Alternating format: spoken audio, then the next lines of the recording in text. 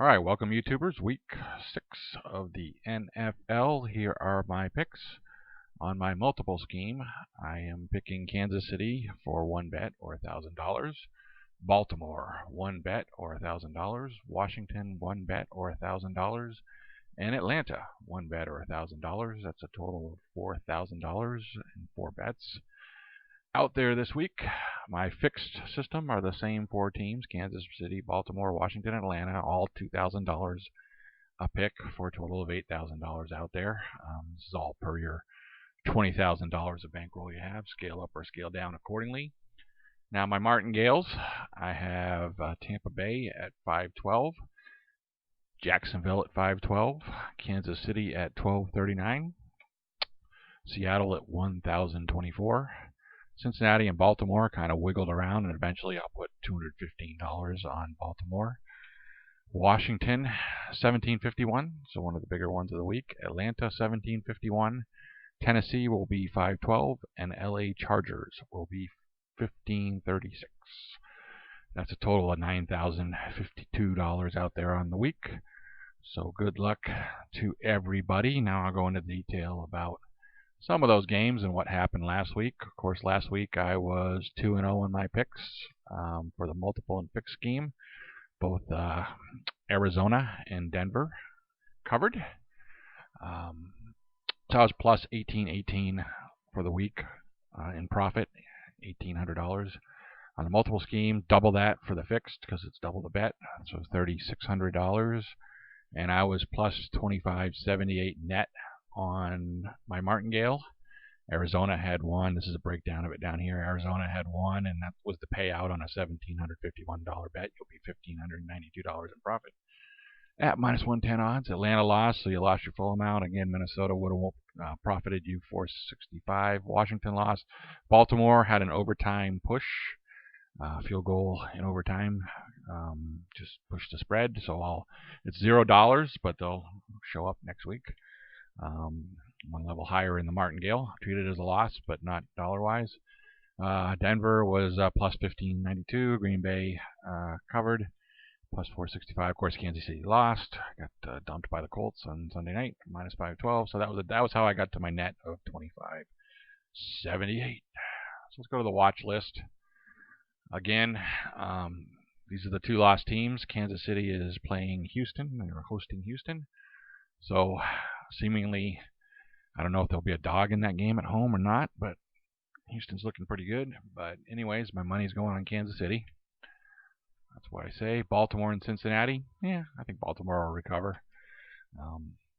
Washington, Miami, a couple crazy crap teams. Who knows what's going on with either one of them, but I got Washington going into Miami, and they'll get a 2-game pick. That's why they're everything.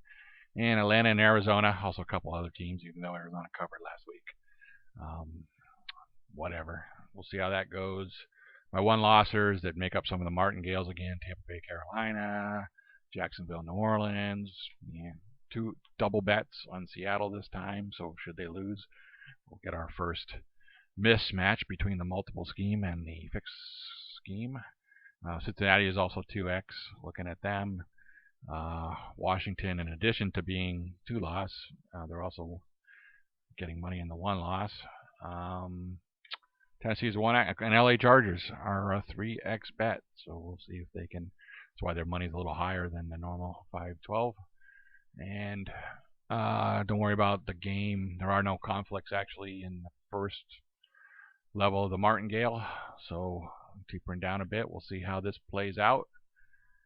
Before I go to ROI, I'll go to the seasoned YouTubers. And I did add 1 column out there this week, and I am publishing a video on OSGA sports betting. Ross Benjamin, and seemed to be doing well since week 11 last year, giving out roughly 60% in picks. This year he's a little bit down, but I'm going to follow him. I'll put him on my chart here. It's interesting because he's associated with a sports book. So I had a video. If you get a chance, it's a long video, but it kind of explains some of the sports booking. It's in conjunction with the other one that I did last week, and some of the people I'm looking at, so no biggie. Anyways, it was a pretty good week for everybody except for Ross Benjamin, who went 1-1.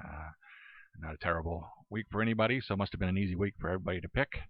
Geo knows or doesn't know. Went from 5-11. He went 2-1 with a push for Jacksonville. So 7-12 on the season. Again, he established a new maximum out of pocket, or how much bankroll you would need to fully fund his bets. And all these bets are $2,000 a game, just so we level the playing field across all the systems and all the people, just straight, what the numbers add up being. He's exceeded $20,000 in bankroll you would have needed, just because he's been losing so much. He's been negative on the year, and right now he's at negative 11,000. That 7-12 record with $2,000 bets will show up that. Half Moon had 2 wins and a loss and a push, and he went from 8-8 to 10-9, so he's back in the black. He did establish a new MOOP, but still under $10,000 worth of MOOP for not bad. He did have that 4-0 start and had the highest maximum balance so far in the season. You could have quit after week 1 with him. Current balance is just slightly above 0, and I've been tracking him for years, and he is just slightly above 0. So he's par on the course. Logan Schiff, outstanding week. He went 5-0, dragged himself out from a 9-11. Now he's 14-11. Again, he's got a pretty good move, but his current balance and his maximum balance are that 14-11 record currently. It is plus 34.52. $2,000 bets. That would have been great. Teddy Bear came back to life. He went 2-1. Dragged himself out of this 2-4 hole to 4-5. He's still negative overall, and the move didn't change because of his early losses. My results were 2-0 in both systems. The multiple is running the same as the fixed here, and I'm going to run the same dollars, just apples to apples. And so we're both 3-0. Negative 21.82 is the maximum out of pocket I had. Because I won the first week, and I'm plus 54.54. So leading the pack actively right now. I haven't got the highest ever when I was there, but I mean, whatever, good results. That's over 25% of a $20,000 bankroll. And OSGA Sports is now 7-6. They only used $8,000 worth of MOOP, and they're at their maximum right now. They're at the maximum last week. I should figure this out. This is not correct. 7-6. I think that's 726. So 6 and 5 would have been plus 908. So I changed both of these. I shouldn't have done that. Plus, he's new. Give me a break here. So the prior week he was 6 and 5 and plus 908. He split games, so he should have lost his $182 and be at 726. So still positive. So I'm keeping track on all those guys. Let's do the ROI and get out of here with your picks. So again, we're concluding week 5, and the blue squares are my fixed system, and so he is leading the pack at over 25% ROI. The other two are kind of on top of each other. The black dot is Martingale, and the orange triangle is the multiple scheme. So they're both one step behind. I'll figure out the percentages in a second. And these hollow dots are the maximum out of pocket. So again, you've used the most, and this is going to probably, I don't know if it'll drop a little bit, but we're putting a lot of money out this week on the Martingale and actually the fix, but the fix is way up there. So let's just go to the numbers real quick because they're all the current highs for the year. Martingale, 13% ROI, multiple 13% ROI, and fixed 27% ROI. I'm looking for 33% to make a decision. If I hit 33% ROI, I will have to take a quick look and see if I want to cap that system. So fixed is on the teetering. I now have 4 picks this week, so I'll probably go 2-2 and lose some money, or if I go 0-4 or 1-3 or 2-2, then you lose money and I don't have to worry about it. But if I go 3-1, that would probably be enough jump to get me to 33%, in which case I might just say adios for the year on that system, or at least acknowledge that you should probably take your 30% on your money and run. Anyways, we'll figure it out. We'll see what happens this week. Again, I'm perfect for the season. Perfect being 3-0. Who gives a crap? But we'll see where that goes. Again, on Apple, back on the beginning of September, it was 209, closed at 209.19. So in theory, you could get 95 shares. They've gone up in price to 227.06. That was as of yesterday. Sorry for not updating these.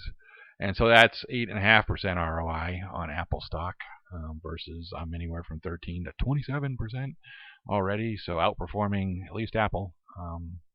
But we'll see where that goes. I always like to, what would you take your money and put it out of? Could be anything. I thought about cryptocurrency, but again, you can transfer back and forth from most offshore books to crypto. But crypto's, I think, taken a nosedive a little bit since then.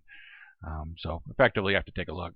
But again, my picks are the multiple picks. And where did the multiple picks go? They were here.